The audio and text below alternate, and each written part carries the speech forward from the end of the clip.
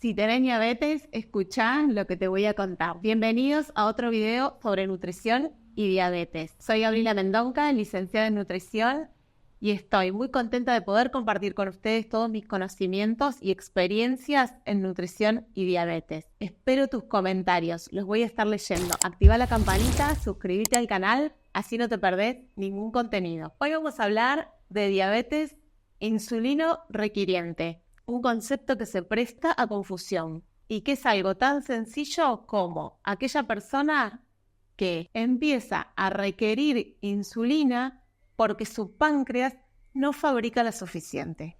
Diabetes insulino requiriente. Y aquí tenemos dos situaciones diferentes. Por un lado, el caso de la diabetes tipo 1, aquel páncreas que deja de producir insulina porque el sistema inmunológico desconoció las células, las atacó y esas células dejaron de producir insulina. En ese caso es una enfermedad autoinmune. Por otra parte, tenemos aquellos pacientes que empezaron con una diabetes tipo 2, pero su páncreas a lo largo del tiempo, digamos que se desgasta, deja de producir insulina y empiezan a requerir el uso de insulina para completar de alguna manera aquella insulina que el páncreas ya no fabrica. Fíjense que son orígenes bien distintos. En un caso completamos la insulina que el páncreas ya no fabrica, un páncreas que fabrica muy poca insulina, y en el otro caso debemos suplir totalmente esa función del páncreas que es la secreción de insulina. Recordemos que la diabetes tipo 2 suele iniciarse con un periodo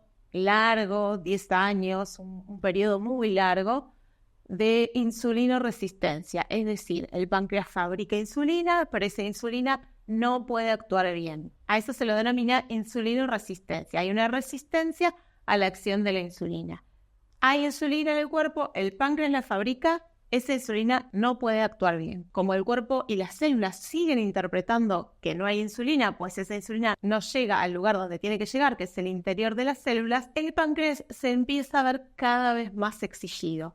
Fabrica más y más insulina, esa insulina no puede actuar y sobre todo si no hay un tratamiento de por medio, este páncreas digamos que se termina agotando en su producción de insulina y es ahí donde empezamos a requerir esta insulina de manera externa. Esta situación de insulinoresistencia suele además estar más asociada a la genética, suele estar más asociada al sobrepeso, formando algo que se llama síndrome metabólico. Ya hablaremos particularmente del síndrome metabólico en otro video. Y reitero, sobre todo cuando no hay un tratamiento en el medio, esto termina agotando la capacidad del páncreas de fabricar insulina. En este caso, la insulinoterapia, es decir, el tratamiento con insulina, suele ser solo en base a una insulina basal.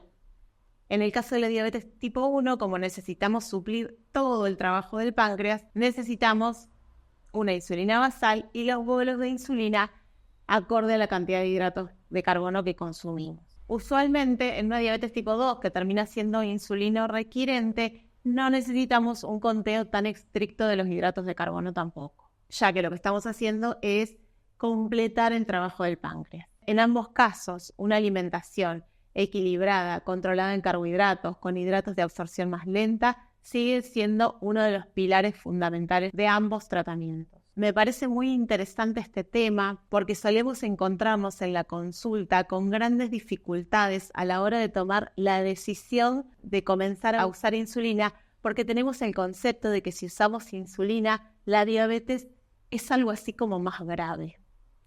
Y la verdad es que esto no es así. Lo que estamos haciendo es, una vez agotados los recursos desde la medicación oral, suplir este trabajo que el páncreas no puede hacer.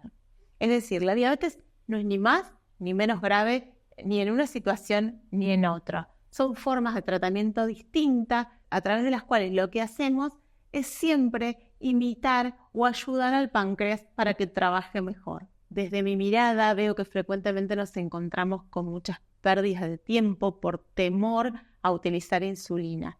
Y creo que es sumamente importante poder ver a la insulina como una muy buena herramienta de tratamiento cuando es necesaria. Cambiar el enfoque de la mirada, esa mirada que nos lleva a sentir que por suerte existe la insulina cuando la necesitamos, que por suerte hay un tratamiento, que por suerte se ha avanzado en los tipos de insulina, para que podamos estar bien y evitar o retrasar las complicaciones en diabetes, es el enfoque que nos va a cambiar nuestra mirada hacia la diabetes, que además nos va a ayudar a prevenir complicaciones. En general, cuando los pacientes empiezan a ver que las agujitas son muy pequeñas, que administrarse insulina hoy es muy sencillo, se empiezan además a sentir mejor, empiezan a ver además que tienen mejores resultados en su control metabólico, empiezan además a adherirse mejor a las pautas nutricionales porque logran mejores resultados, se sienten menos frustrados. Todo este combo nos ayuda a vivir una realidad más feliz. Y desde el punto de vista profesional, evitemos asustar a nuestros pacientes con el uso de la insulina. Es frecuente que el paciente venga asustado porque alguna vez le dijeron, si no te cuidas vas a usar insulina. Y a veces no es evitable llegar a usar insulina, pero tampoco es grave usar insulina. Si transmitimos a los pacientes esta misma mirada, diciéndoles, por ejemplo, no te preocupes si con la medicación oral no andas bien, tenemos la opción de la insulina, lo estamos planteando como una herramienta más a utilizar. A veces empezar a usar insulina es un momento complicado, no es un momento tan sencillo y es un momento que tenemos que enfrentar, que nos produce miedo. Pero se trata de conocer todo esto para hacer nuestra realidad más feliz.